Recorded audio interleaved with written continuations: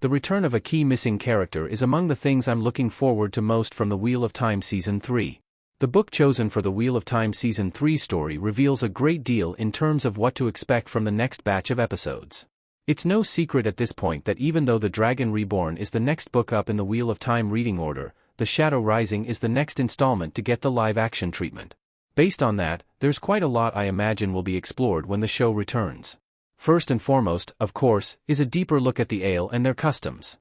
There's also the possibility of there being some new Wheel of Time characters, like Julian Sandar, Fail Bahir, Queen Morghese, Asmodean, and more, who are all due for appearances.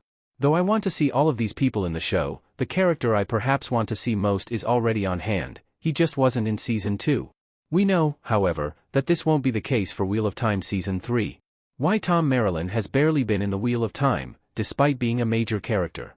One of the characters who I enjoyed the most in Season 1 was Tom Marilyn, someone who is confirmed to be back for Wheel of Time Season 3, via Winter is Coming. A key supporting character in Robert Jordan's Wheel of Time series, Tom has a recurring presence in the novels as a reliable ally to protagonists like Rand, Matt, Elaine, and Nynaeve. Unfortunately, his importance to the narrative hasn't properly translated to the show, yet. Tom was only in 2 episodes, but though this doesn't line up perfectly with the books, it does make some degree of sense. Tom having a limited presence does indeed relate to the books, although not to the same extent. He disappears at the same point in the story that he did in the show, so Tom not being around for the trips to Tar Valon or Fal Dara is consistent with the source material. He was also only in a segment of The Great Hunt, so not too much about the story was changed by the decision to leave Tom out of Season 2. That said, there was room for Tom to have a role in the story, considering that he was at a location that turned out to be vital to Season 2. Tom encountered Rand during his stay in Carrion in The Great Hunt, and therefore could have had an interesting impact on Rand's journey there in Season 2.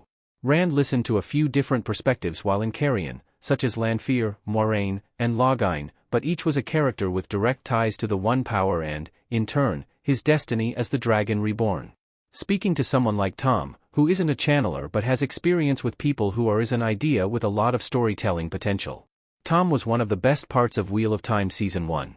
Of the many book characters the show has adapted thus far, few have impressed me more than Alexander Willem's Tom Marilyn. I wondered how the show would tackle a gleeman, because as a musician garbed in colorful clothing, Tom came across as someone who might be hard to take seriously in live action. That's not how I felt at all, though, after just one scene with Willem as the character. There was nothing laughable or comedic about his riveting Dragon Reborn song, which was the perfect introduction for the character. There was a certain grace and sense of sincerity to the show's take on Tom that made me want to see more of him in the Wheel of Time's world. The scene where he spoke candidly to Rand about his nephew being gentled instantly made him a sympathetic character. And just as it was in the books, this backstory helped make him feel relevant to the overarching plot. As someone who was emotionally impacted by having a male channeler in his life, Tom has a strong, personal connection to Rand's dilemma that's worth being explored in full.